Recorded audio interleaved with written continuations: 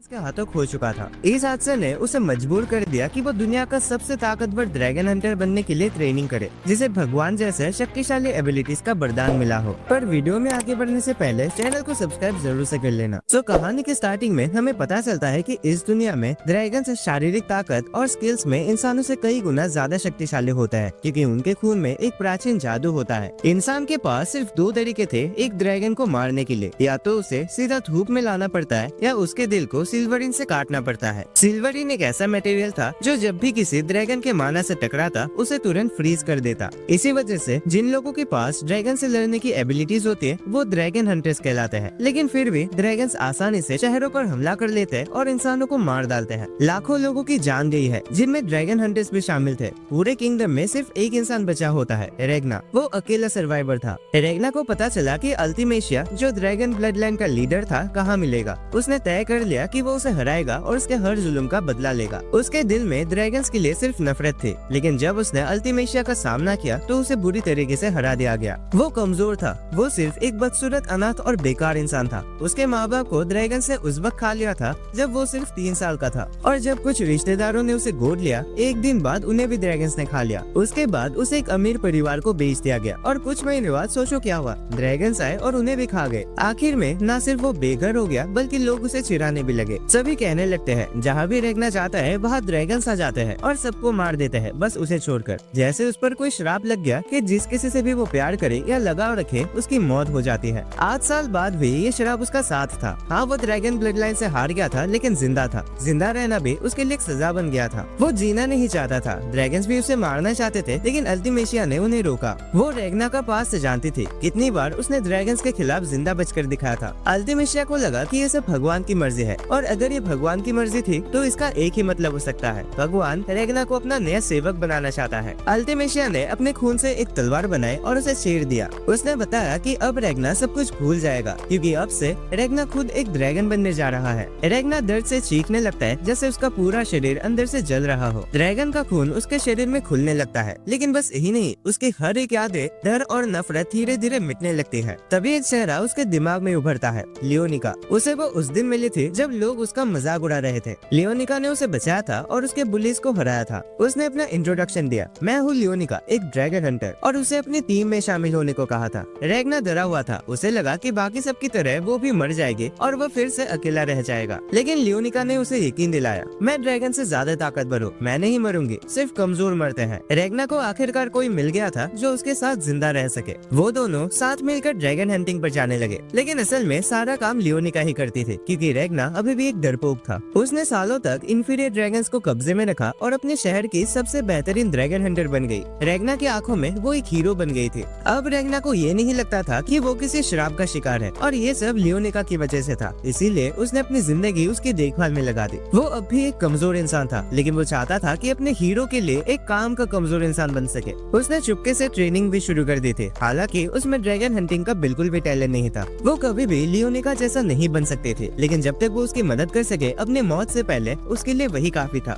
एक दिन शहर पे एक सुपीरियर ड्रैगन ने हमला कर दिया, जिसका नाम था ग्रीमवेल। लियोनिका तुरंत उसे लड़ने के लिए निकल पड़ी, और रेगना भी उसके पीछे पीछे गया। उसने देखा कि लोग चारों तरफ मर रहे थे। रेगना ने ग्रीमवेल को देखा, जो ब्लड मैजिक का यूज करता था, जिसे वो ब्लेड्स या फ्लेम्स में बदल सकता था। रेगना ने उस पर चुपके से हमला किया, लेकिन उसकी तलवार टकराते ही टूट गई। ग्रीमवेल ने काउंटर अटैक किया ब्लड फ्लेम से और उसे नदी में फेंक दिया। ये देखकर लियोनिका बहुत गुस्से में आ गई। उसने ग्रीमवेल का सामना किया, क्योंकि उसने रेगना को चोट पहुंचाई थी। उसने धमकी दी कि वो उसे खत्म कर देगी। लियोनिका ने उस पर हमला किया और बहुत जोरदार तरीके से लड़ाई की, लेकिन वो इंफीरियर ड्रैगन जैसा नहीं था जो वो 1-2 बार में गिरा पाती। ग्रीमवेल ने अपना पूरा पावर तक यूज नहीं करा था, और फिर भी लियोनिका थक गई बिना उस पर कोई असर किए। वो इतना ताकतवर था कि लियोनिका ये तक सोचने लगी कि क्या वो ड्रैगन गॉड है। ये सुनकर ग्रीमवेल और भी ज्यादा गुस्सा हो गया। उसने कहा कि ड्रैगन गॉड के सम्मान में उसे कंपेयर करना एक इंसल्ट है। उसने लियोनिका पर ब्लड फ्लेम से हमला किया, लेकिन लियोनिका हमेशा बैटल मोड में अलर्ट रहती थी, तो वो तुरंत बच गई। फिर ग्रीमवेल उसे ड्रैगन्स के बारे में बताने लगा। उसने बताया कि वो ब्लड लाइन का 10th सीट है, यानी सबसे लोएस्ट सुपीरियर ड्रैगन। उसने ये भी बताया कि किंगडम क्यों तबाह होगा, और ये सुनकर लियोनिका हैरान रह गई। उनकी जिंदगी एक छोटी लड़की के मूड स्विंग्स पर डिपेंड कर रही थी। ड्रैगन्स के लिए यह अटैक सिर्फ एक मजाक था, क्योंकि उनके नजर में ड्रैगन हंटर्स कोई खतरा नहीं थे।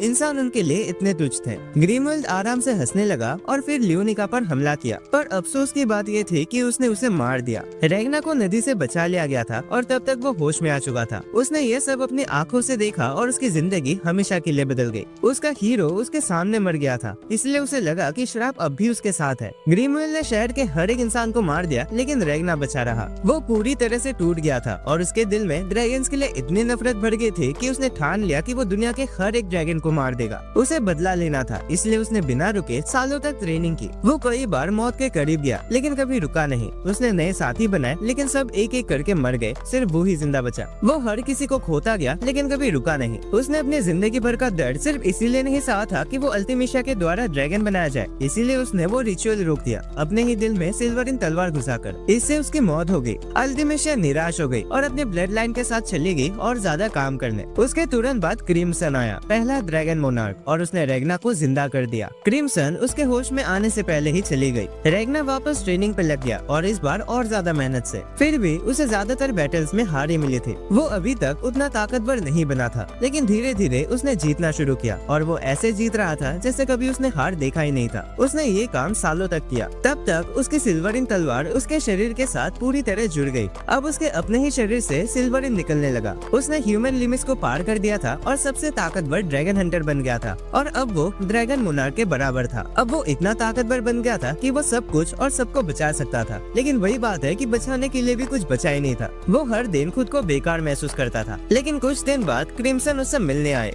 रेगना हमेशा की तरह तुरंत क्रिम्सन को मारने की कोशिश की, लेकिन क्रिम्सन के पास कई शरीर थे और वो इमॉर्टल लग रही थी। फिर क्रिम्सन ने एक बड़ी बात बोली। उसने चाहा कि रेगना उसके साथ मिले और उसकी इच्छा पूरी करने में मदद करे, और वो इच्छा भी वही थी जो रेगना की थी, हर एक ड्रैगन को मार देना। रेगना हैरान रह गया, उसे अपने कानों पर यकीन नहीं हो रहा था। क्रिम्सन ने फिर बताया कि जब ये सब खत्म हो जाएगा तो आखिरी जिंदा बचे ड्रैगन को रेगना को ही मारना होगा, और वो होगा क्रिम्सन खुद। रेगना ने बिना किसी झिझक के ये मौका ले लिया और एक ड्रैगन हंट रिवॉल्यूशन की शुरुआत कर दी। लेकिन ये प्रोसेस बहुत ज्यादा वक्त ले रहा था। वो चाहते थे कि ये सब कुछ और तेजी से हो, इसीलिए उन्होंने एक आइडिया निकाला, रेगना को पास्ट में भेजना और वो अपने छोटे वर्जन को अपनी नई वाली पावर्स देना। रेगना उस रात में वापस जाता है जब अटैक हुआ था, बिल्कुल उस वक्त जब लियोनिका मरने वाली थी। ग्रिमवेल्ड अभी भी लियोनिका को समझा रहा होता है कि ड्रैगन्स के नजर में ह्यूमंस की कोई औकात नहीं है। छोटा रेगना अभी भी नदी में पड़ा होता है। तभी बड़ा रेगना आता है और उसे अपने तबाह कर देने वाली सभी यादें दिखाता है, इंक्लूडिंग वो पल जब लियोनिका मर जाती है। फिर वो अपनी तलवार से उसे छेड़ देता है अपने सारी पावर उसमें ट्रांसफर करने के लिए, ताकि लियोनिका और सबको बचा सके। जैसे वो पावर उसमें एंटर करता है, छोटा रेगना बहुत ज्यादा दर्द महसूस करता है, इतना ज्यादा दर्द कि वो जोर से चीखने लगता है। ये देखकर ड्रैगन हंटर्स उसे तुरंत बचाते हैं। उसी वक्त जब ग्रिमवेल्ड लियोनिका पर हमला करने वाला होता है और उसे मार देना चाहता है, रेगना होश में आ जाता है। वो तुरंत सभी इन्फीरियर ड्रैगन्स को बिना किसी मेहनत के फ्रीज कर देता है। उसका पूरा हुलिया बदल चुका था। अब वो एकदम कूल और सीरियस लग रहा था, सिल्वरिन ऑरा की वजह से जो उसके शरीर से निकल रही थी। ये देखकर ग्रिमवेल्ड इतना डर जाता है कि उसका हमला बीच में ही रुक जाता है। वो इस भयानक ऑरा का कंपैरिजन ड्रैगन मोनार्क से करता है, और जब वो देखता है कि ये रेगना से आ रही है तो वो टफ बनने की एक्टिंग करता है और अपने ड्रैगन फॉर्म में बदल जाता है। लेकिन रेगना उसे भी तुरंत फ्रीज कर देता है और टुकड़ों में तोड़ देता है। लियोनिका वही खड़ी ये सब क्रेजी पावर देख रही होती है। वो अभी भी जिंदा होते हैं, जो रेगना के लिए खुशी की बात होती है। वो भाग के उसे गले लगाता है और उसके हाथों में बेहोश हो जाता है। अगले सुबह शहर पर एक और अटैक होता है, इस बार एक फॉरेस्ट ड्रैगन तेमरुक तफ के द्वारा। रेगना अभी भी सो रहा होता है, लेकिन लियोनिका तुरंत निकल जाते हैं लोगों को बचाने के लिए। जंगल के पेड़ खत्म होने का नाम ही नहीं ले रहे थे और ऐसा लग रहा था जैसे वो जिंदा हो गए हो। वो लगातार लियोनिका पर हमला कर रहे थे।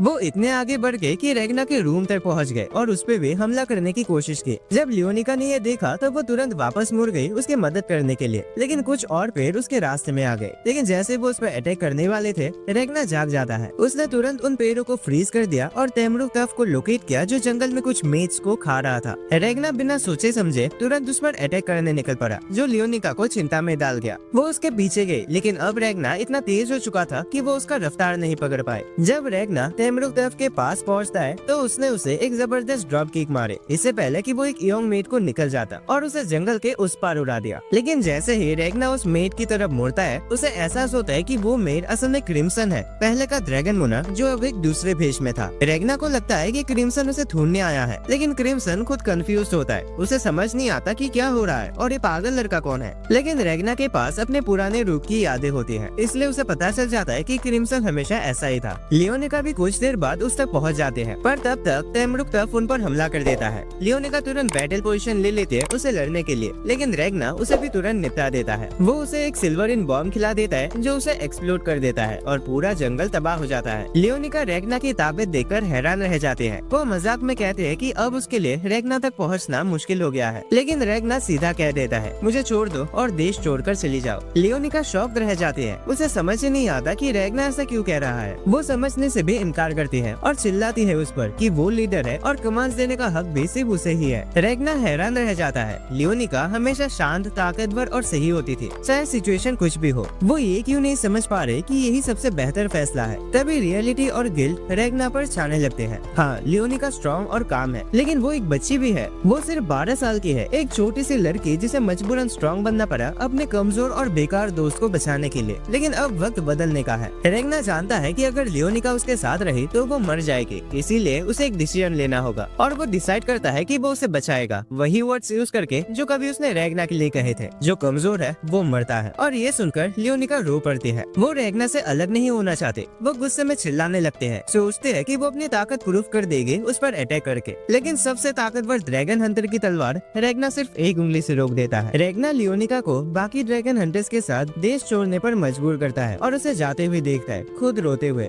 जब लियोनिका देश छोड़कर चले जाते हैं, रेगना क्रिम्सन की तरफ मुड़ता है। क्रिम्सन घर जाना चाहते हैं, लेकिन रेगना बार बार कहता है कि वो पहले का ड्रैगन मोनार्क है। लेकिन ये बात उसे समझ नहीं आती क्योंकि क्रिम्सन अभी भी जिंदा है, चाहे धूप से उसका कांटेक्ट हो गया हो। रेगना उसे समझाने की कोशिश करता है। क्रिम्सन अभी तक इसीलिए नहीं मरे क्योंकि वो अब विंग्ड मोनार्क नहीं रही। क्रिम्सन इस बात को इग्नोर करता है और आगे बढ़ने लगता है। तभी अचानक रेगना गिर जाता है। उसे तेज बुखार हो जाता है, जिसकी वजह से क्रिम्सन भी रुक जाते क्योंकि रेगना ने पहले उसकी जान बचाई थी। बाद में रेगना होश में आता है और क्रिम्सन उससे पूछता है ड्रैगन्स के किंगडम डिस्ट्रॉय करने के प्लान के बारे में। रेगना समझाता है कि इसी वजह से उन्हें अभी एक्शन लेना पड़ेगा। उन्हें विंग्ड मोनार्क यानी अल्टीमेशिया को मारना होगा जो सभी ड्रैगन्स को लीड करते हैं। क्रिम्सन को यकीन नहीं होता, उसे लगता है कि ये मजाक है, लेकिन रेगना बिल्कुल सीरियस है। वो कहता है कि उनका फ्यूचर वर्जन ये कर चुका है, इसीलिए ये अब भी पॉसिबल है। लेकिन इस बार वो और भी जल्दी करेंगे क्योंकि इस बार उन्हें क्रिम्सन मिल गया है। क्रिम्सन मुड़ के सोचता है रेगना उसके बारे में इतना सब कैसे जानता है। वो उस फ्यूचर के बारे में सोचता है जिसका रेगना बार बार जिक्र करता है, लेकिन उसके लिए तो वो फ्यूचर आया ही नहीं।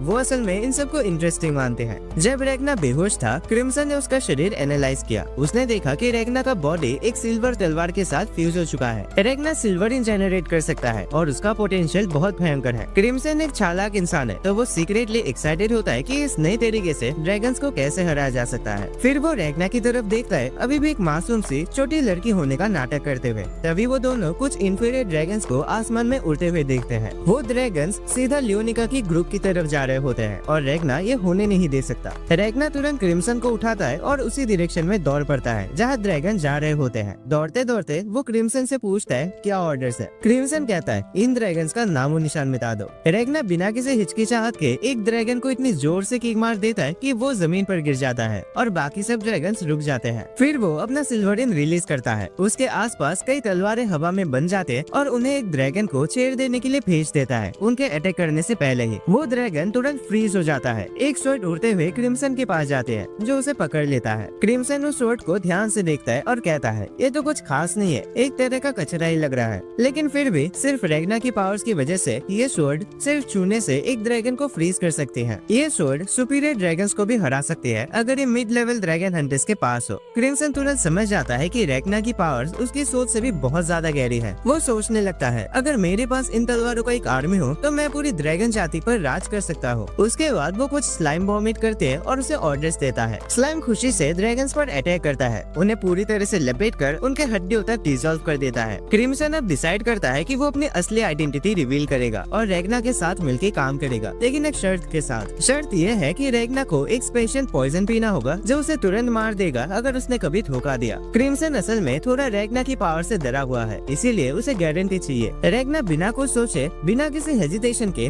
तुरंत वो पॉइजन पी जाता है, जिसे क्रिम्सन भी हैरान रह जाता है। फिर क्रिम्सन बैठ जाता है और रेगना से बात करता है। मेरा प्लान ये है कि हम पूरी ड्रैगन जाति का सफाई करेंगे, फिर मैं ड्रैगन गॉड को भी हराऊंगा और एंड में तुम मुझे भी खत्म कर देना। अगले दिन वो दोनों आगे बढ़ने लगते हैं। थोड़ी दूर जाके उन्हें एक ग्रुप मिलता है जो कुछ इंफीरियर ड्रैगन से लड़ने की कोशिश कर रहा होता है। रेगना तुरंत उन ड्रैगन्स को खत्म कर देता है, जिसे वो पूरा ग्रुप हैरान रह जाता है। काम खत्म होने के बाद क्रिम्सन रेगना के पास आता है और कहता है, चलो तुम्हारा silver in battle arts action में देखते हैं। वो ग्रुप को देखना चाहता है, जिसका लीडर माइकल कुछ बच्चों को संभाल रहा होता है, जिसे क्रिम्सन को सब समझ आ जाता है। वो आगे बढ़ता है और सबको तसल्ली देता है, अब तुम लोग सेफ हो क्योंकि रेगना द रिपर ने आसपास के सारे ड्रैगन्स का काम तमाम कर दिया है। फिर वो रेगना को इंट्रोड्यूस करता है। यह है रेगना, एक मास्टर ड्रैगन हंटर जिसने कई सुपीरियर ड्रैगन्स को हरा दिया है। ये बात ऑब्वियसली झूठ है, लेकिन सबको ये जानना जरूरी नहीं है और किस्मत से सब उसकी बात मान लेते हैं। वो रेगना को रीपर कहकर बुलाने लगते हैं। माइकल अपना इंट्रोडक्शन देता है और दोनों के सामने घुटनों पे बैठ जाता है, उनसे मदद मांगता है। वो चाहता है कि ये दोनों एक सुपीरियर ड्रैगन को हरा दे जो उनके शहर तोरियर पर हमला कर चुका है। उन्हें शहर से भागना पड़ा था जब अचानक एक बड़े से टॉर्नेडो ने अटैक किया। उस टॉर्नेडो को बनाया था एक विंड मैजिक वाले सुपीरियर ड्रैगन ने, जिसका नाम था डिजास्ट्रॉयस, जो विंग ब्लडलाइन की 3rd सीट है। क्रिम्सन इस ड्रैगन को जानता है और एक्सप्लेन करता है कि कैसे वो हवा का यूज करके खुद को छुपा लेता है। रेगना तुरंत मोटिवेट हो जाता है और कहता है कि वो अभी जाकर डिजास्ट्रॉयस का सामना करेगा, लेकिन उसी वक्त क्रिम्सन उसे रोक देता है और हल्का सा जमीन पर धकेल देता है। वो जानता है कि रेगना हिल नहीं सकता क्योंकि क्रिम्सन ने उसे टेम्परेरीली पैरालाइज कर दिया होता है, अपने प्लान्स में उसके इंटरफेयर करने से रोकने के लिए। क्रिम्सन फिर उस ग्रुप को कहता है कि रेगना अभी हेल्प नहीं कर सकता क्योंकि वो इंजर्ड है। तो ग्रुप वाले क्रिम्सन से हेल्प मांगते हैं। उनका कहना है कि वो अपनी हर एक चीज दे देंगे, अपने शॉर्ट्स तक भी, बस उनके मदद करो। लेकिन क्रिम्सन मना कर देता है, इवन जब वो सब कुछ देने के लिए रेडी होते हैं। वो जानता है कि ये लोग डेस्परेट है, गिल्टी फील कर रहे हैं क्योंकि वो तोरियर से भाग आए हैं और वहाँ के लोगों को मरने के लिए छोड़ दिया है। अब उन्हें अफसोस होता है और क्रिम्सन उनकी गिल्ट और बढ़ा रहा है। वो डिटेल में बताता है कि जब ये लोग भाग रहे थे तो क्या क्या हुआ। माइकल और बर्दाश्त नहीं कर पाता, वो घुटनों पे गिर जाता है और रो कर कहता है, हाँ ये सब सच है, लेकिन मैं इतना कमजोर हूँ कि मैं कुछ नहीं कर सकता। वो पावर अगर मेरे पास होती जो रेगना और क्रिम्सन के पास है तो मैं सबको प्रोटेक्ट कर सकता।